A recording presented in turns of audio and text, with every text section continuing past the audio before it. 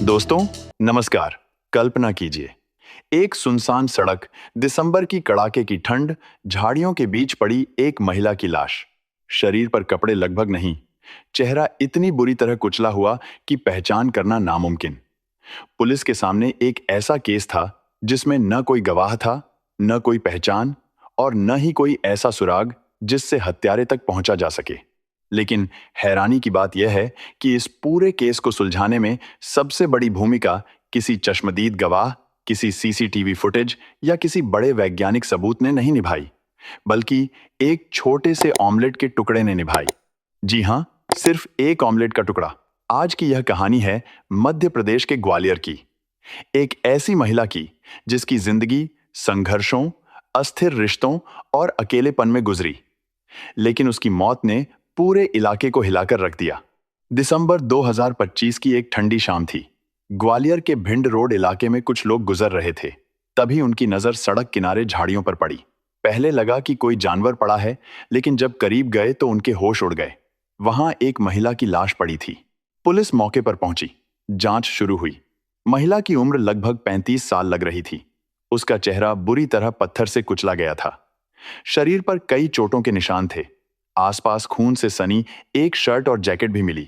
पहली नजर में पुलिस को यह मामला यौन हिंसा और हत्या का लगा, लेकिन सबसे बड़ी समस्या थी कि महिला की पहचान नहीं हो पा रही थी।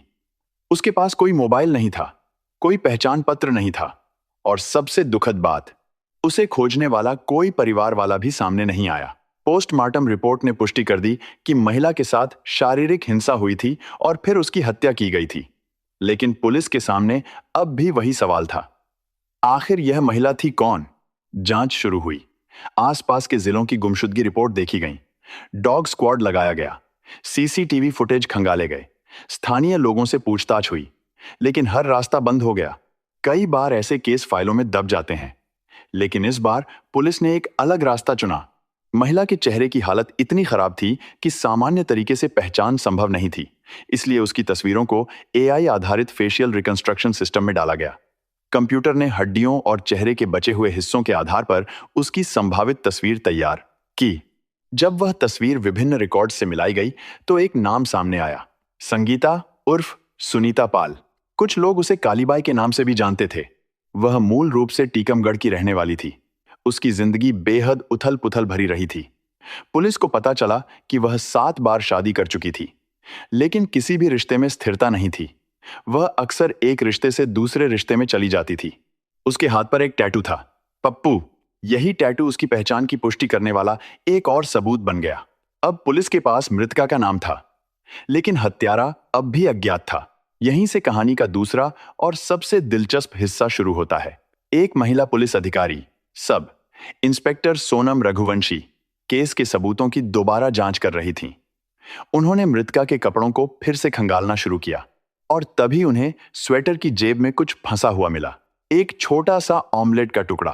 पहली नजर में यह बेकार लग सकता था, लेकिन अनुभवी जांचकर्ताओं के लिए हर छोटी चीज मायने रखती है। रघुवंशी ने सोचा कि अगर यह ऑमलेट हाल ही में खाया गया होगा, तो संभव है कि महिला अपनी मौत से पहले किसी अंडे के ठेले पर गई हो। इसके बाद पुलिस ने घटनास्थल के आसपास मौजूद अंडे और ऑमलेट बेचने वाले सैकड़ों दुकानदारों से पूछताछ शुरू की। दिन गुजरते गए। फिर एक दुकानदार ने तस्वीर देखते ही कहा, हाँ, यह महिला मुझे याद है। उसने बताया कि घटना वाली रात यह महिला 2 युवकों के साथ उसके ठेले पर आई थी। तीनों ने ऑमलेट खाया था, फिर पैसे देकर झाड़ियों की तरफ चले गए थे। यहीं पर जांच को पहली बड़ी सफलता मिली। दुकानदार को यह भी याद था कि भुगतान यूपीआई से हुआ था। अब पुलिस ने उस रात का ट्रांजैक्शन रिकॉर्ड निकाला, और रिकॉर्ड में मिला 40 रुपए का भुगतान। यूपीआई पेमेंट से जुड़ा नाम था सचिन सेन।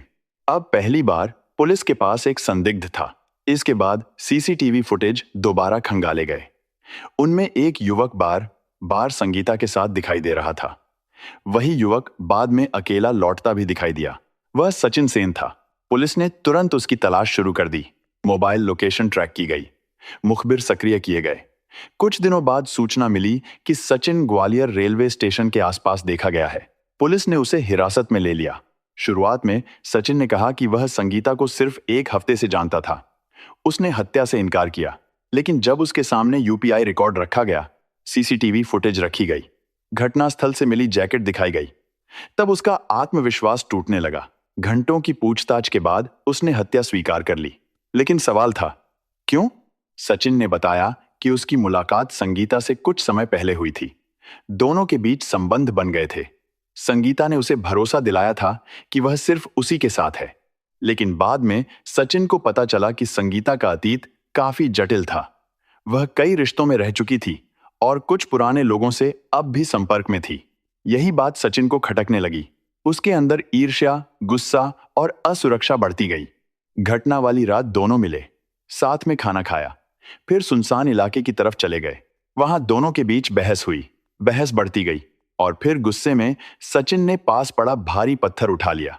उसने संगीता के चेहरे पर कई वार किए, इतने वार कि चेहरा पहचान से बाहर हो गया। हत्या के बाद उसने अपने खून से सने कपड़े वहीं छोड़ दिए और वहां से चला गया। लेकिन कहानी यहीं खत्म नहीं होती। पुलिस ने जब उसका मोबाइल फोन चेक किया तो कई चौंकाने वाली बातें सामने आईं। हत्या के कुछ घंटों बाद उसने इंटरनेट पर सर्च किया था, लाश को सड़ने में कितना समय लगता है और कपड़ों से खून के निशान कैसे हटाएं। यह सर्च हिस्ट्री बताती थी कि वह सबूत मिटाने की कोशिश कर रहा था। उसे विश्वास था कि चेहरा मिटा देने के बाद कोई कभी मृतका की पहचान नहीं कर पाएगा। लेकिन वह एक बात भूल गया, अपराधी अक्सर बड़े सबूतों से नहीं, छोटी गलतियों से पकड़े जाते हैं। और इस केस में उसकी सबसे बड़ी गलती थी 40 रुपए का यूपीआई भुगतान। वह नहीं जानता था कि जिस ऑमलेट को उसने सामान्य भोजन समझकर खाया था, वही उसकी गिरफ्तारी की वजह बनेगा। आज यह मामला हमें एक बहुत महत्वपूर्ण बात सिखाता है। कई बार जांच में करोड़ों की तकनीक, बड़े फॉरेंसिक उपकरण या हाईटेक सिस्टम नहीं, बल्कि एक सतर्क नजर सबसे बड़ा हथियार साबित होती है। अगर सब इंस्पेक्टर सोनम रघुवंशी उस स्वेटर की जेब को दोबारा न देखती, अगर ऑमलेट का वह टुकड़ा नजरअंदाज हो जाता, अगर दुकानदार को वह रात याद न रहती, तो शायद यह केस हमेशा के लिए अनसुलझा रह जाता। एक महिला जिसकी जिंदगी में कोई स्थिरता नहीं थी, जिसके लिए रोने वाला शायद कोई नहीं था, उसकी मौत को न्याय दिलाने में एक छोटे से ऑमलेट के टुकड़े ने सबसे बड़ी भूमिका निभाई। और यही इस केस का सबसे बड़ा सबक है। अपराध चाहे कितना भी शातिर तरीके से क्यों न किया जाए, सच कहीं ना कहीं कोई निशान छोड़ ही देता है। बस जरूरत होती है उसे देखने वाली नजर की। और इस बार वह निशान था, एक ऑमलेट का